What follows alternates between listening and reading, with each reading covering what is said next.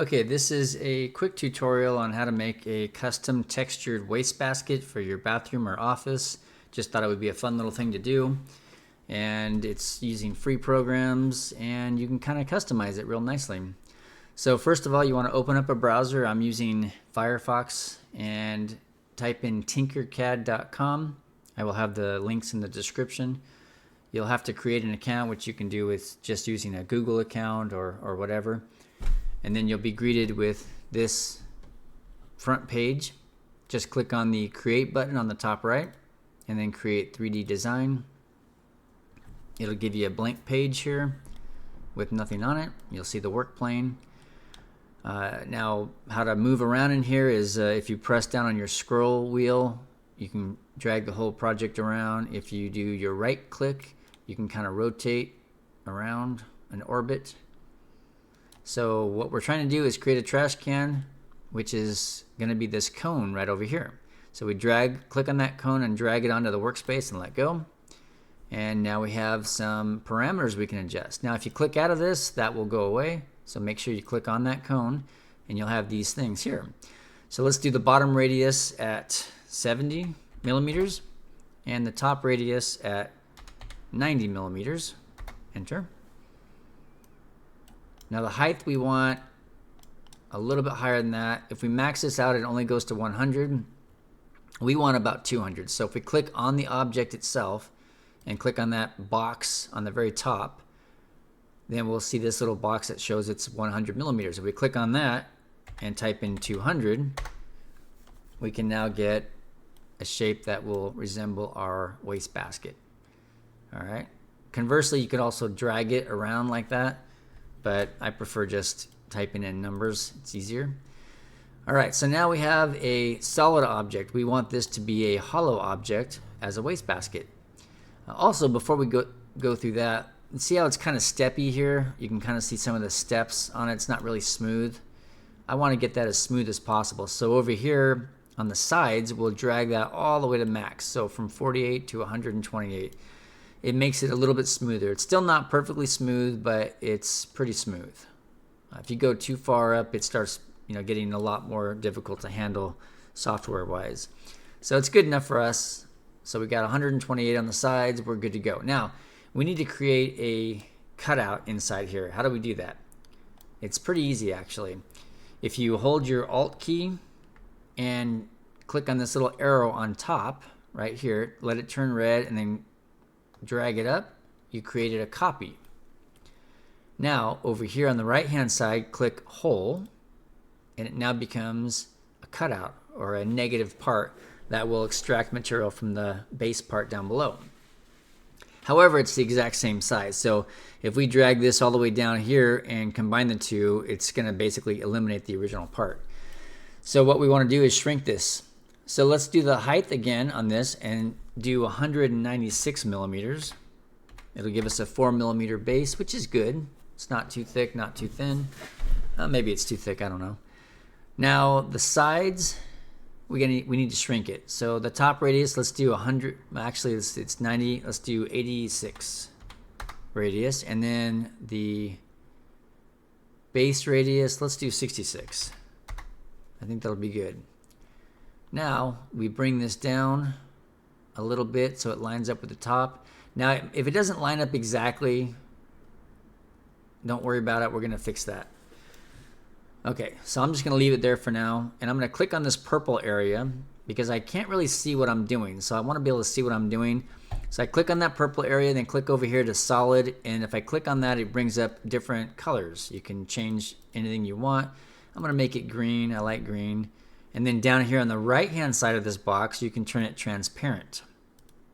So I just click on the transparent on. Now you can see that the cutout is actually inside this solid primitive.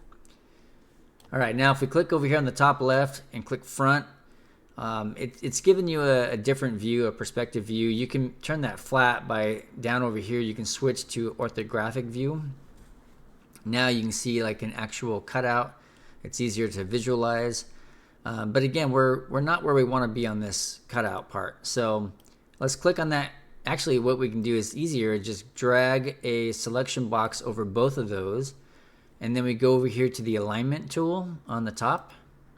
And now we have a couple black little dots we can click on. So if we click on the center one, it centers the whole thing. We click on the bottom one, it aligns everything to the bottom.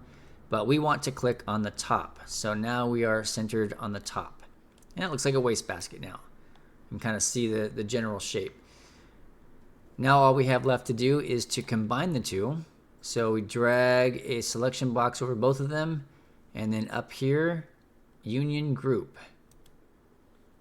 We have now combined them. So we cut out a bunch of material. And it is now a wastebasket. Now we could theoretically just print right from here. We just select export and STL and it creates a download. It sends it to the download folder and we can just drag that over to our slicer and print from there. But I want to make it fun and put a texture on this thing. So here's our file, by the way. Fabulous Snagit. Tinkercad does weird naming. So now let's open up in the same browser another tab and let's go to bumpmesh.com by CNC Kitchen. This guy made a cool program that allows us to create textures on objects.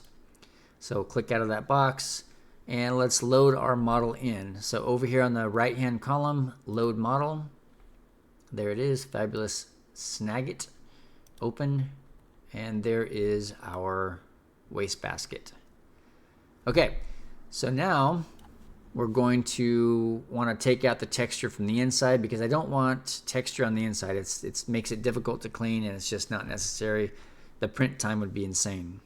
So to remove all that texture, and I don't know if there's an easier way, but I just click on fill on the right hand column.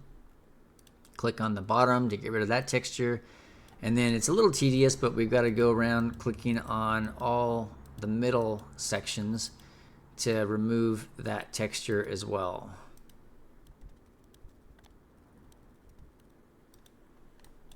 There we go. All right. So we are, oops, that was a mistake. So Control Z. By the way, Control Z on your keyboard is the undo button. So in case you did something wrong, like, oops, I got rid of all the texture, just hit Control Z and it undoes your last action. All right, so there we have it. Now, I like that pattern. You can do a different pattern if you want. You can do fabric. There's all kinds of cool patterns. Now let's say you wanted to do fabric, but that weave is just too big and you wanted the weave smaller. You can come over here to the right hand column and under scale U, you can actually change that. So you just densify it a little bit. That's a cool pattern right there. And just basically whatever you want, you can choose whatever pattern you think is cool and go ahead and print that. Now I'm going to print a brick pattern. I like that pattern. And it's actually pretty good where it's at. So now that's what I want. I'm going to go ahead and export that. So scroll down on the right hand column to export STL and click on that. It does take a little while on this part. It's an online program that's free, so it's probably using limited resources. Okay, looks like we're all done here. So now we'll just open up our slicer. In this case, I'm using Bamboo Studio. Let's drag it over here and we'll click on Create New Project on the top right. Now we have our blank plate and we simply drag over our file that we downloaded right here. Bring it over to the plate and drop it down, and there we have it. All right, looks good. Now I'll just change it to a different color. Let's do yellow. Actually, it's bright green. It looks yellow to me, but it's supposed to be bright green. And now we simply slice the plate, which can take a little bit of time. All right, G-code has been generated, slice OK. Now we simply click print plate and send it to our printer. And that's it. All right, guys, I hope you enjoyed it, and we'll see you on the next one. Happy printing.